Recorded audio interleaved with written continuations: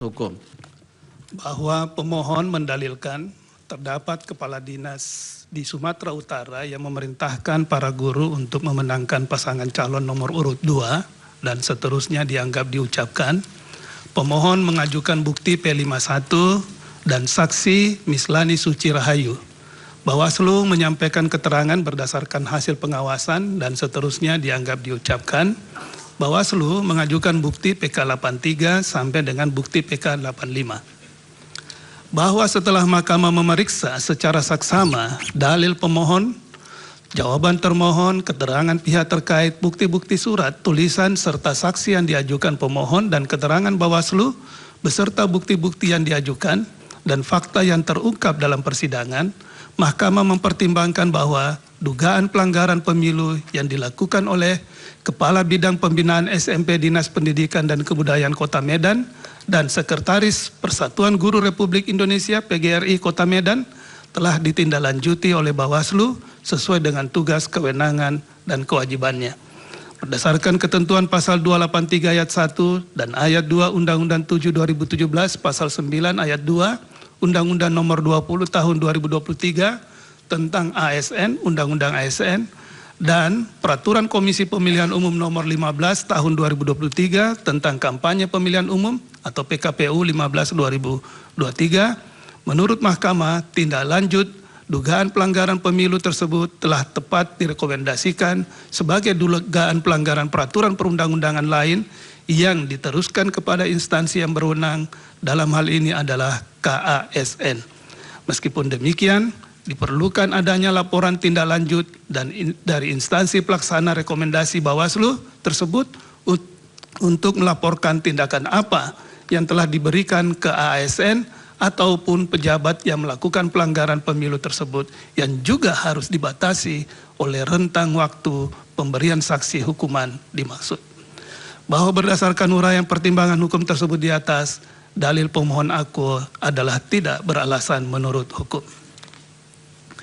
Bahwa pemohon mendalilkan terdapat pengerahan aparatur negara untuk mendukung pasangan calon nomor urut 2 dalam forum pra-rapat koordinasi kepala desa yang dilakukan oleh Sekretaris Daerah Kabupaten Bogor dan seterusnya dianggap diucapkan. Pemohon mengajukan bukti P51 dan bukti P318. Bawaslu menyampaikan keterangan pada pokoknya menyatakan Bawaslu Kabupaten Bogor telah mengeluarkan imbauan netralitas dan seterusnya dianggap diucapkan. Bawaslu mengajukan bukti PK 86 sampai dengan bukti PK 91 serta saksi Zaki M. Zamzam. Bahwa setelah mahkamah memeriksa secara saksama dalil pemohon, jawaban termohon, keterangan pihak terkait, bukti-bukti surat tulisan yang diajukan pemohon dan keterangan Bawaslu beserta bukti-bukti dan saksi yang diajukan serta fakta hukum yang terungkap dalam persidangan, mahkamah mempertimbangkan bahwa bukti yang diajukan oleh pemohon tidak cukup untuk membuktikan adanya dukungan terhadap pasangan calon nomor urut 2 yang terjadi dalam kegiatan forum pra-rapat koordinasi kepala desa yang dilakukan oleh Sekretaris Daerah Kabupaten Bogor. Terlebih lagi, tidak cukup terdapat laporan maupun temuan dugaan pelanggaran pemilu dari Bawaslu terhadap kegiatan tersebut. Dengan demikian, mahkamah tidak dapat menilai lebih lanjut atas peristiwa yang didalilkan oleh pemohon. Berdasarkan uraian pertimbangan hukum di atas, dalil pemohon aku adalah tidak beralasan menurut hukum. Bahwa terungkap fakta dalam persidangan, terdapat pejabat wali kota Bekasi berfoto bersama dengan menggunakan jersey bertuliskan nomor punggung 2 dan seterusnya dianggap diucapkan. Pemohon mengajukan bukti P311-311, pihak terkait mengajukan bukti PT 50A sampai dengan bukti PT 50G serta ahli Raden Gani Muhammad. Bawaslu tidak menyampaikan keterangan namun mengajukan saksi Zaki M. Zamzam. Bahwa setelah mahkamah memeriksa secara saksama dalil pemohon, jawaban termohon, keterangan pihak terkait, bukti-bukti surat tulisan yang diajukan pemohon dan pihak terkait serta saksi pihak terkait dan fakta hukum yang terungkap dalam persidangan, Mahkamah mempertimbangkan bahwa saksi pihak terkait Raden Gani Muhammad yang merupakan penjabat Wali Kota Bekasi sebagaimana didalilkan oleh pemohon dalam persidangan Mahkamah Konstitusi pada tanggal 4 April 2024 telah menjelaskan bahwa saksi telah dipanggil dan diperiksa oleh Bawaslu Kota Bekasi terkait dengan peristiwa penggunaan jersey tersebut bersama dengan beberapa camat dan beberapa pejabat eselon 2. Hasil pemeriksaan Bawaslu Kota Bekasi tersebut menyimpulkan tidak ditemukan pelanggaran.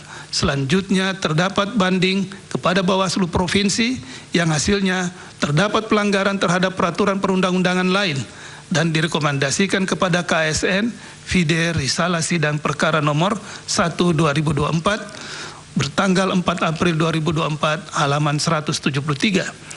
Terhadap pernyataan saksi tersebut, menurut Mahkamah, Bawaslu telah melaksanakan tugas, kewenangan, dan kewajibannya terkait dengan pencegahan dan penindakan pelanggaran pemilu, khususnya atas kejadian yang dipersoalkan oleh pemohon aku. Meskipun demikian, perlu adanya laporan tindak lanjut dari instansi pelaksana rekomendasi Bawaslu tersebut untuk melaporkan tindakan apa yang telah diberikan kepada ASN ataupun penjabat yang melakukan pelanggaran pemilu tersebut yang juga dibatasi oleh rentang waktu pemberian saksi dimaksud. Bahwa berdasarkan uraian pertimbangan hukum di atas, dalil pemohon aku adalah tidak beralasan menurut hukum. Bahwa pemohon mendalilkan beberapa peristiwa yang pada pokoknya menerangkan kegiatan yang dilakukan oleh penjabat kepala daerah untuk pemenangan pasangan calon nomor urut 2 Prabowo Gibran, yang mana dalil-dalil pemohon tersebut tidak ditanggapi oleh para pihak secara tertulis maupun dalam persidangan, yaitu sebagai berikut. Penjabat Gubernur Jawa Barat B. Mahmudin yang pernah menduduki jabatan Kepala Biro Kesekretariatan Presiden di tahun 2016 dan Deputi Kesekretariatan Presiden pada tahun 2021 terbukti tidak netral dengan mengajak untuk memilih pasangan calon nomor urut 2 Prabowo Gibran.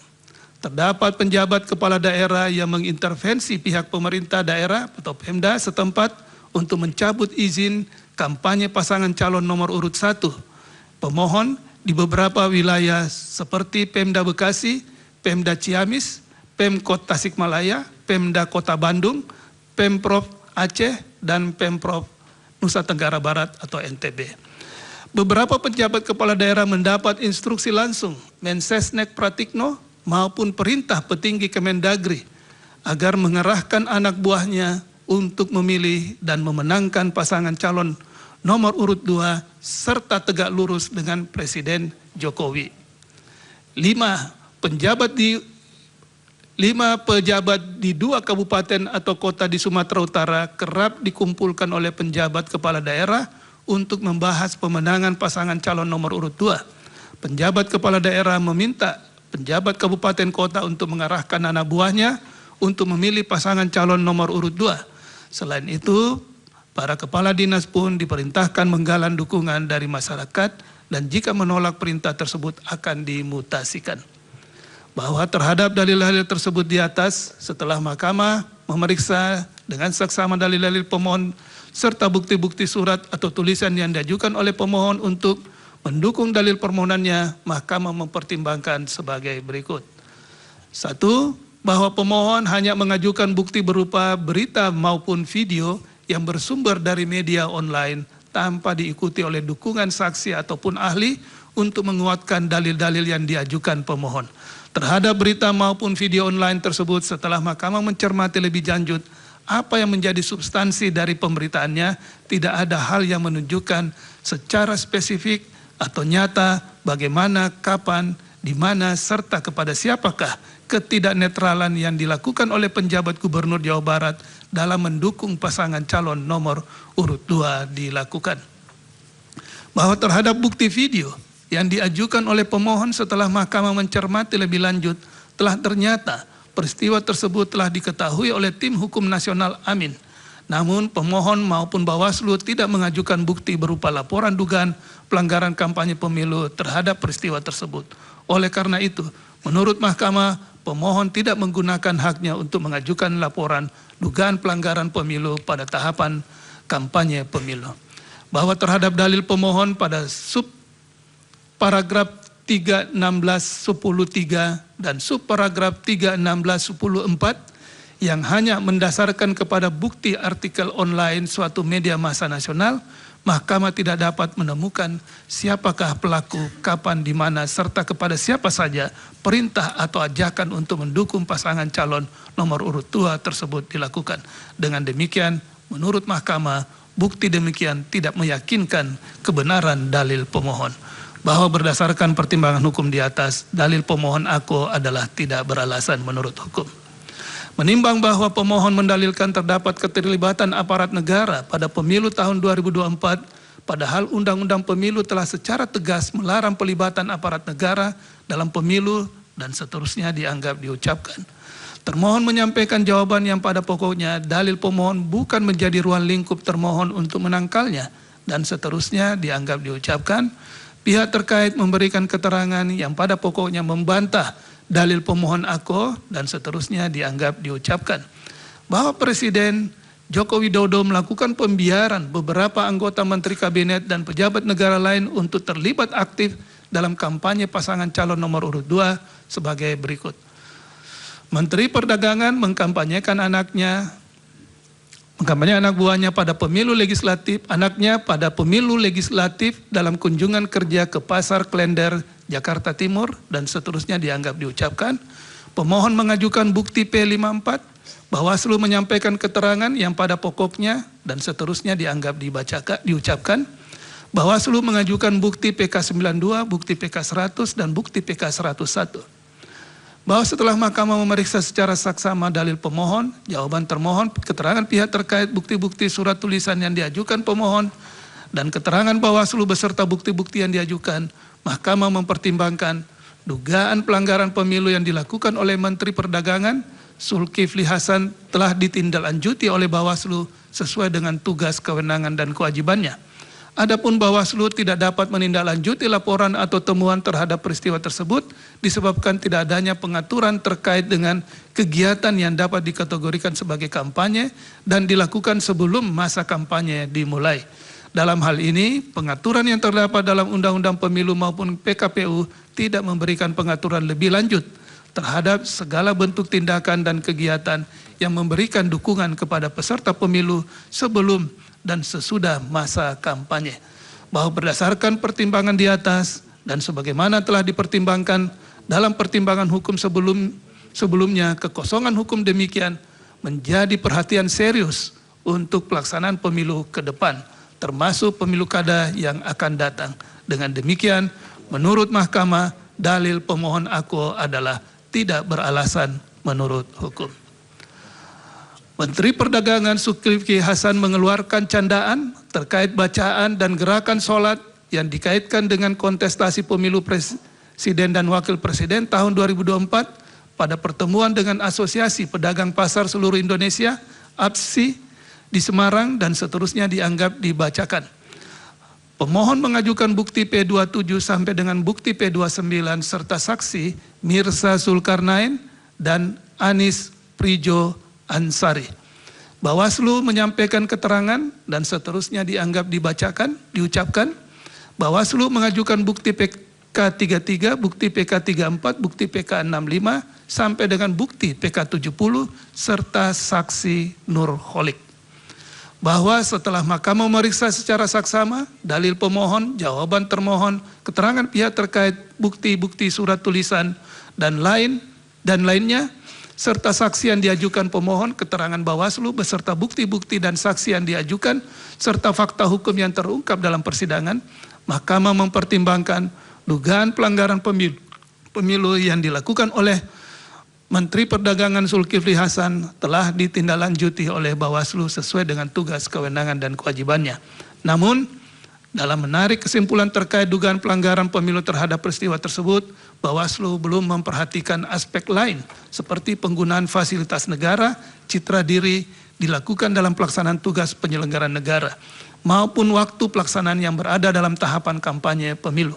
Hal demikian terjadi karena tidak adanya persyaratan baku maupun tata urut atau pisau analisis yang harus digunakan oleh Bawaslu dalam menentukan bagaimana suatu peristiwa dianggap memenuhi atau tidak memenuhi syarat material, sehingga menyebabkan penarikan kesimpulan dari peristiwa yang diduga terdapat pelanggaran pemilu tidak dilakukan secara komprehensif.